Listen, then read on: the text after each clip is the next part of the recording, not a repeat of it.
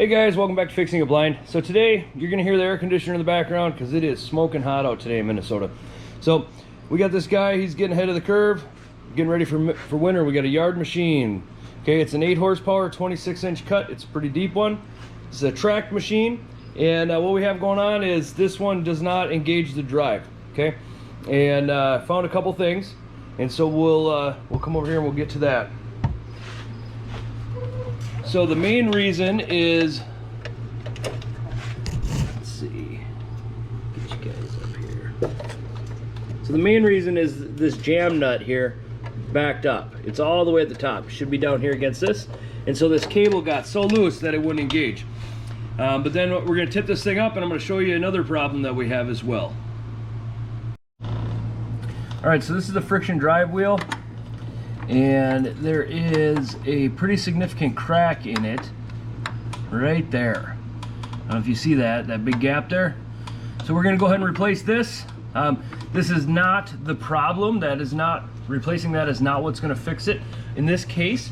But in most cases when these things won't drive forward or reverse, it's because this is worn out or it's rock hard and glazed. This one still seems soft, but it's cracked. So we're gonna go ahead and throw a new one on. And as a preventative thing, because we don't want them, coming back in the middle of winter because that thing completely ripped off. Anyway, I'm gonna set you guys up and we'll get started. All right, first thing we're gonna do is you see this shaft here? Okay, there's a bolt on the outside of each side of it, and we're gonna get that through the tracks and remove that so we can get that shaft out of there so we can get at the friction wheel.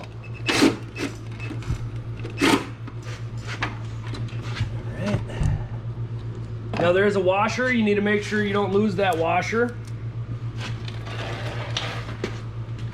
See, and it looks like it's a cupped washer, or this one's just bent, but it's, yeah. So I'm gonna set that aside, make sure we don't lose that. And then we're gonna come over to this side. We're gonna do the same thing.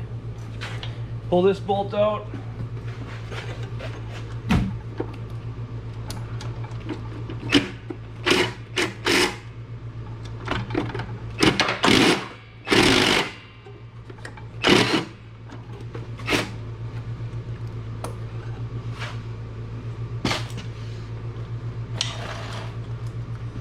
Now having an impact gun can definitely help with that. Makes it a whole lot easier. But if you don't have one, you can get just a pair of pliers or preferably like an adjustable wrench and put on here, and then you can get some grip on that. There's a little lever in here that kind of captures this arm, and so we need to kind of get that into position or get that out of position, whatever you want to call it. All right, there's a couple bearings like this that they got a shoulder on them. They go in from the outside on the shaft. When you take that bolt out, they will come loose, and you don't want to lose those either. All right, so now that we have the bolts out and the bearings out, we'll have some slack in here. Okay, so first thing we got to do is lift up so we can get the chain off of this little sprocket. Sorry, there's not a whole lot of room in here. I can't really do much about that.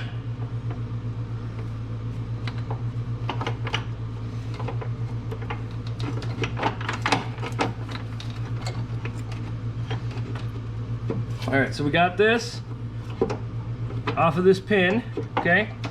And now we should be able to tip this and get the sprocket off of the chain.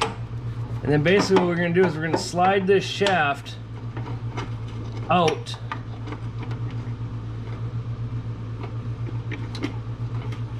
the other side. All right, now that we got it slid in there, the shaft slid out far enough, we can slide this pulley and bearing assembly off the shaft as well, and then simply pull it out. Now you see this arm in here, right? That little post that's sticking down, that goes into there. Now you see there's only one of those on here, so you got to make sure that you get that post back in there, otherwise you won't have your gear selection. All right, welcome back. It's now about a week later. Had to wait for the part to come in. It was supposed to be here 5 days ago, but it was delayed. So, all right, the part number we're using for this yard machine, 8 horsepower, 26-inch cut snowblower, okay, is going to be Stens 240-991, okay? The MTD part number, because MTD makes the yard machines, is 935-0243, B as in boy, okay? As you can see, they make several different types of friction wheels, okay?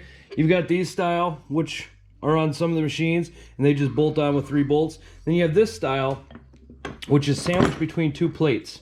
We have some screws that we have to take out. So, we're gonna set this here. We're gonna take our impact gun, because that's the easiest way to do it. Zip these out.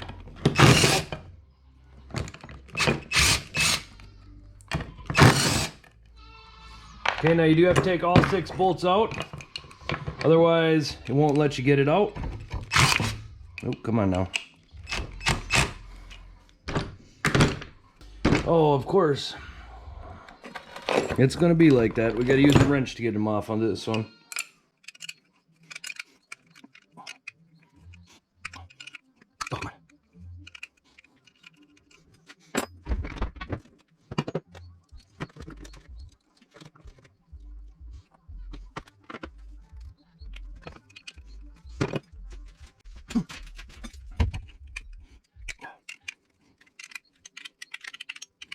There's a little recess in here so you get a hold of the socket.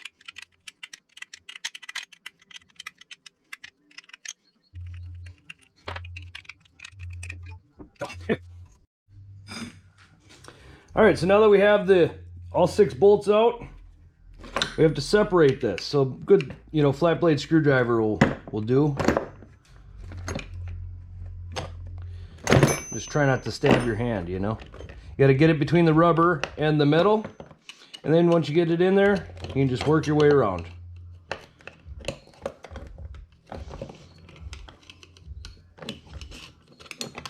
And then you just take the disc, flip it over, pull this rubber piece out. And the reason we're replacing it, as you can see right here, it's cracked. Now it won't take very long for that crack to work its way all the way through. And then all of a sudden she's in 2 pieces. And when you're using these, okay, don't buy the super cheap ones, right? Buy a Stens or a rotary or an MTD. They'll last way longer. So basically we just put it on here, and then we get the holes lined up as close as possible. Okay, and then we're going to get these screws started on this side. Oh, got it lined up with the unthreaded holes. Got a Turner one.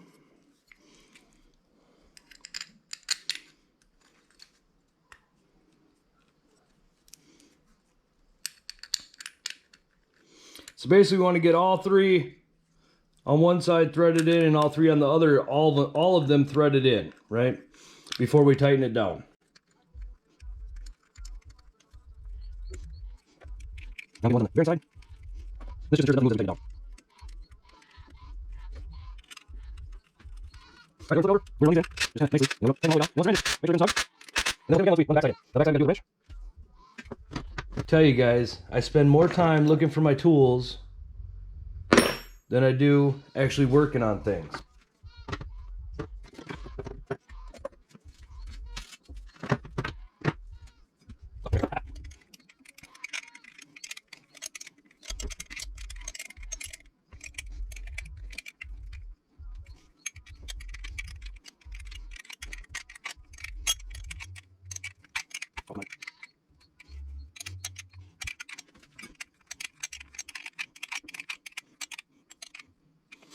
We just go around, we snug them all up, make sure they're all tight. And then we're going to go back to the other side, tighten these by hand just to make sure that they're all tight as well.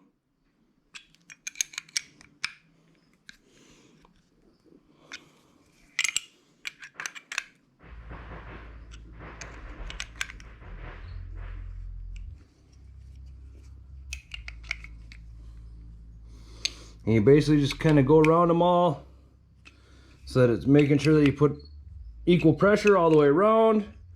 And basically these plates should be sandwiched tight to each other.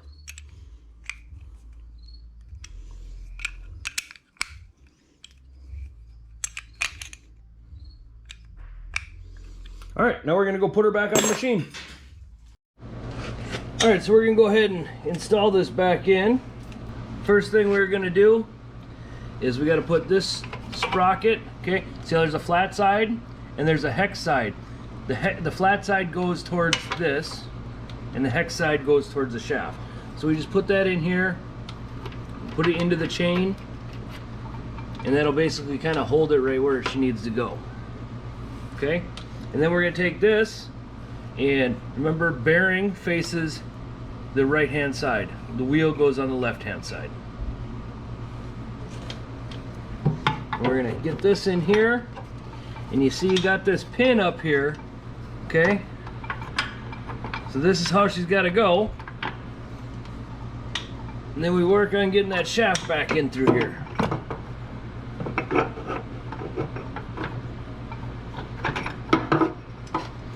Okay, so we got it there, and then we got to get it into, sorry if my arm's in the way, but got to be able to work. Then we get that into there, and now we got to put the bearings on.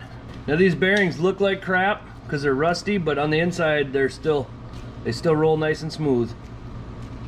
Now if you feel any like bumps in the rolling, then they got to be replaced. Now the bolt goes in from the outside of the shaft on the outside of the bearing, and it goes like this washer. Now this washer is it's concave or convex depending on which side you look at it. You want the center part to be out towards the head of the bolt, and basically the washer will put pressure on this portion of the bearing, okay? So now I got to get this other bearing in.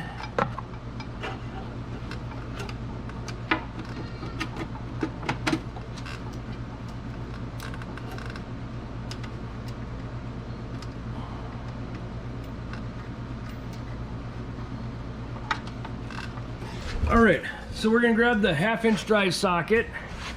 We're gonna go through the track. We're gonna get on that bolt where the bearing is right there, and give that a spin. I gotta set you guys down. I'll set you right here so hopefully you can see. And then I'm gonna hold this shaft with my hand. Tighten that down. Oh, and I lost the socket. That's great. All right, we're gonna come over here. And this one will be a little harder for you guys to see, I think. But we're gonna come back in through here, get on that bolt, hold this shaft. All right. Now that's good to go. So now you can see in here, we got the new friction wheel on. Okay, we've got the sprocket on the chain. Okay, now we just got to make sure that we adjust the handle, and I'll show you how to do that here in a little bit. We're going to put this cover back on. Okay, you see how you got this step here? You see these slots? The step goes like this. You want it, shiny side will usually be out. You want to kind of go through there, slide it in, and tip it up. And then we'll bolt it in place with 4 bolts.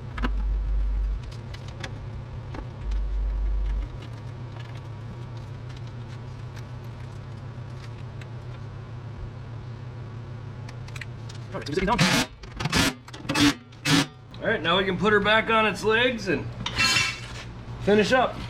Okay, so that's it for this. This is Yard Machines, 8 horsepower, 26 inch. It's an older model snowblower, but still pretty common. It's made by MTD. It's pretty much the same as many of the old store brands, Montgomery Ward, such like that, Sears, Craftsman. A lot of them were made by MTD. But yeah, it's super simple. Don't pay someone else to do it. Do it yourself if you want, and learn how to do something new. Anyway guys, thanks for watching. Remember to like, share, and subscribe. Thank you. Bye.